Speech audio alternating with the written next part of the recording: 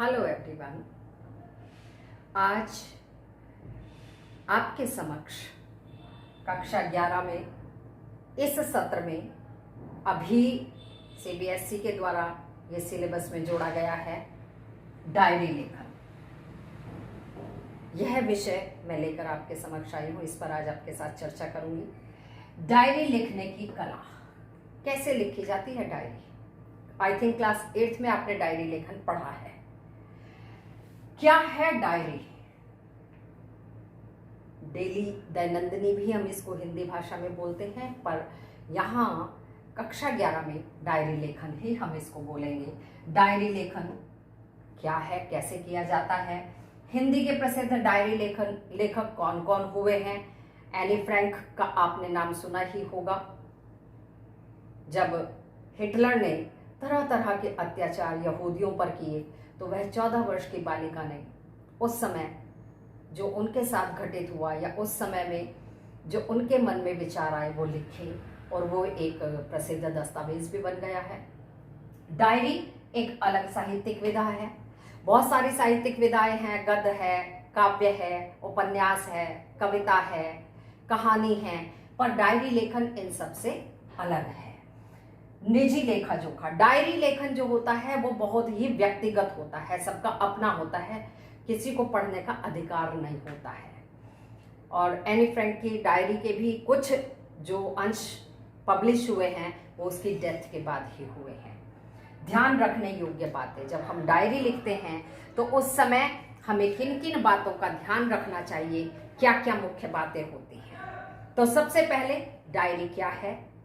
Diary एक notebook होती है, किताब होती है, पर उसमें हम दिन भर का अपना जो भी क्रियाकलाप होते हैं, घटनाक्रम होते हैं, उन सबको रात्रि में लिखते हैं। दिनांक भी डाली जाती है उस पर, और क्रमवाइज जो भी घटनाएं घटित हुई हैं उनको क्रमानुसार उसमें लिखा जाता है।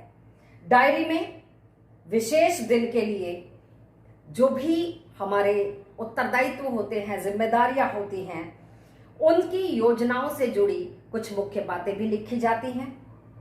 और डायरी उस तिथि को हमें याद भी दिलाने का काम करती है। रिमाइंडर भी, आजकल तो आपके फोन में रिमाइंडर होते हैं।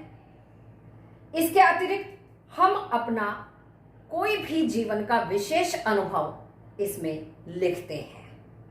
जिस बात को पढ़कर हमारी पुरानी यादें हम ताजा करते हैं और एक पल के लिए हम उस अपने पुराने समय में चले जाते हैं। डायरी लेखन से तात्पर्य है या इसका अर्थ है दिन भर की जिन घटनाओं, गतिविधियों और विचारों से हम गुजरे हैं, हमने व्यतीत किया है, उन सबको डायरी के पृष्ठों में अपनी लेखनी से शब्दबद्ध करना डायरी लेखन कहलाता है। पिछले कुछ दशकों में इस तरह का लेखन एक विधा के रूप में हमारे पाठक समाज के सामने अच्छा खासा आया है और लोकप्रिय भी हुआ है। एन फ्रैंक की डायरी, जैसा मैंने आपसे जिक्र किया है कि वह एक यहूदी लड़की थी, 14 वर्ष की बालिका थी, पर बहुत कष्ट झेले यहूदियों ने। उसके बाद ही इजराइल बना था। हिटलर ने तरह तरह से अत्याचार किए उन लोगों पर, ब्लैकआउट में रहना पड़ा उनको। तो वह सब बातें उसमें, इस बार क्लास 12th में वह पाठ्यक्रम से हटा दिया गया है, अन्यथा क्लास 12th में एन फ्रैंक की डायरी के कुछ पत्र दिए हुए हैं। हिंदी के कुछ प्रसिद्ध डायरी लेखकों में नाम आता है राहुल सांकृत्यायन जी का, जिनका कक्षा 9 में लहासा की ओर आपने पढ़ा था। सेठ गोविंदास जी का नाम आता है। कर्नल सज्जन सिंह का नाम आता है। रघुवंश जी का नाम आता है। और हमारे 12th में से हर्ष स्वीकारा है कि कवि गजानन माधव मुक्तिबोध जी का नाम भी इन्हीं सबके साथ डायरी लेखकों में आता है। डायरी एक अलग तरह की साहित्यिक विधा है। डायरी कहानी, उपन्यास, कविता, नाटक, उन सब की तरह ही पाठकों के लिए भी कुछ डायरी लिखी जाती है। कुछ ऐसा नहीं है, डायरी भले ही किसी और साहित्यिक विधा की कृति को अपना रूप उधार दे, परंतु फिर भी अर्थ में तो वह डायरी लेखन ही रहेगा। और चूंकि डायरी लेखन है, साहित्य की गिनती में, साहित्यिक विधाओं में इसे गिना गया है, पर ऐसा है नहीं। निबंध, कहानी, उपन्यास डायरी की शक्ल में लिखे जा सकते हैं, पर यह डायरी का रूप केवल डायरी का रूप मात्र ही रहेगा, बाकी कुछ नहीं बन सकता। उसकी अंतर्वस्तु के आधार पर हम उसे डायरी नहीं कह सकते कि ये डायरी लेखन है, रहेगा वो उपन्यास ही। डायरी शैली में लिखा गया है, डायरी लेखन शैली में लिखा गया है, ये हम कह सकते हैं। बड़ा ही व्यक्तिगत होता है, निजी लेखा जोखा। डायरी हमारा बिल्कुल निजी दस्तावेज होता है। व्यक्ति डायरी किसी और के लिए नहीं बल्कि स्वयं के लिए लिखता है।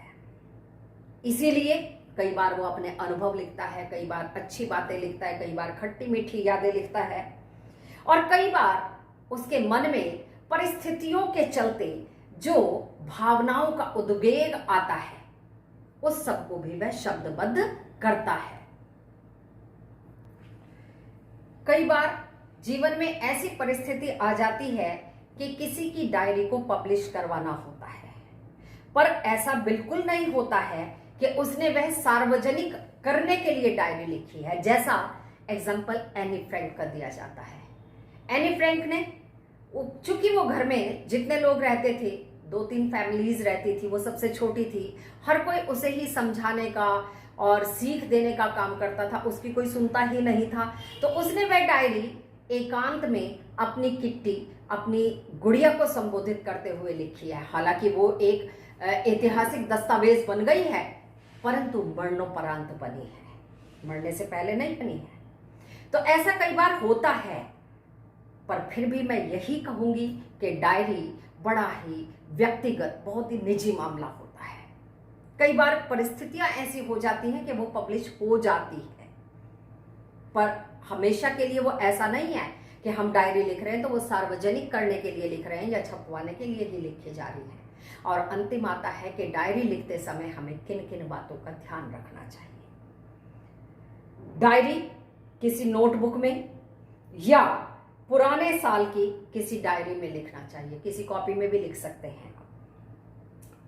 इसमें पड़ी तिथियों की जगह आप अपनी आज की तिथि, नई तिथि को बदल दें, लिख दें, ताकि हम अपने विचारों को सीमित स्थान में ही, क्योंकि उससे हमें पता रहेगा अगले दिन अगले पेज पर अगली डेट आ जाएगी, तो हम उतने में ही अपनी बातों को, यानी कम शब्दों में अधिक बात को अपनी व्यक्त कर सकें, अभिव्यक्त शब्दबद्ध कर सकें, लिख सकें।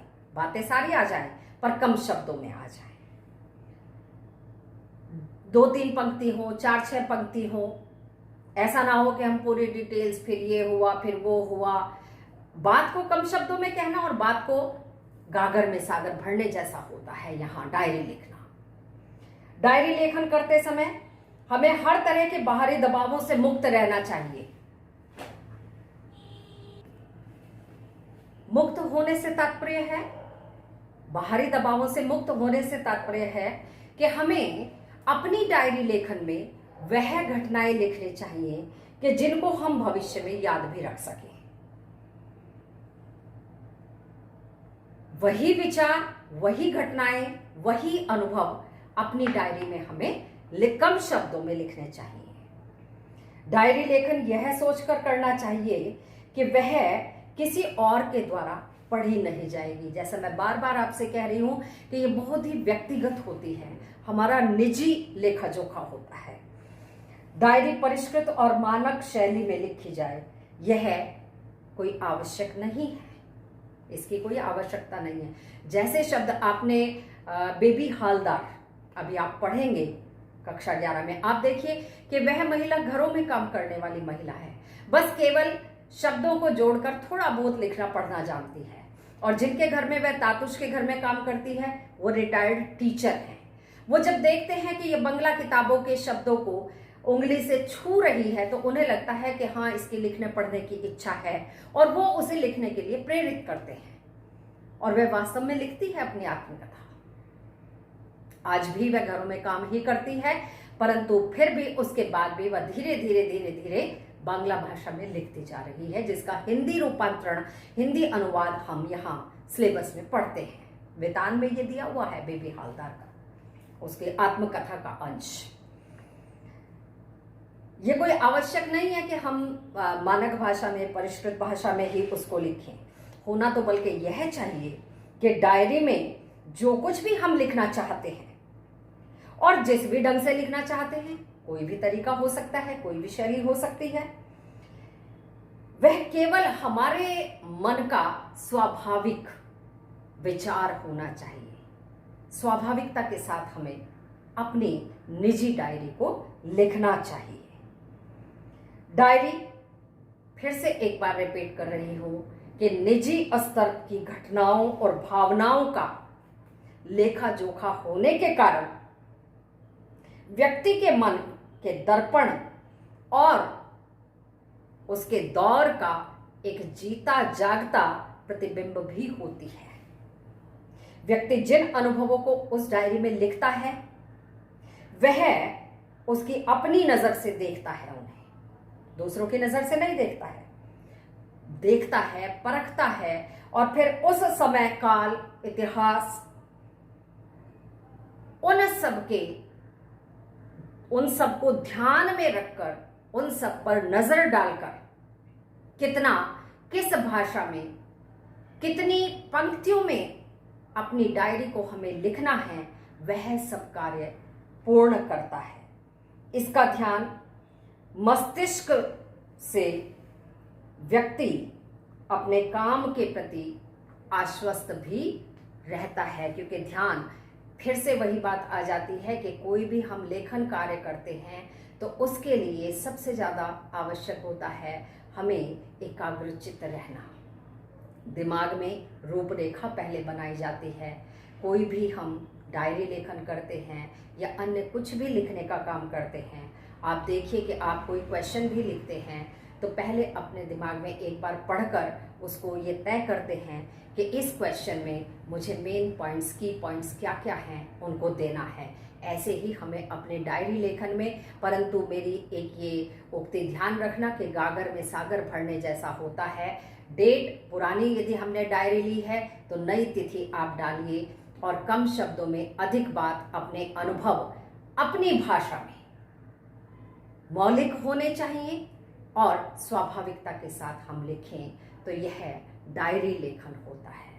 अगले अंक में आपके समक्ष फिर एक नए विषय पर चर्चा करने के लिए आऊंगी। तब तक अपने घर में सुरक्षित रहिए, सेफ रहिए, स्वस्थ रहिए। धन्यवाद।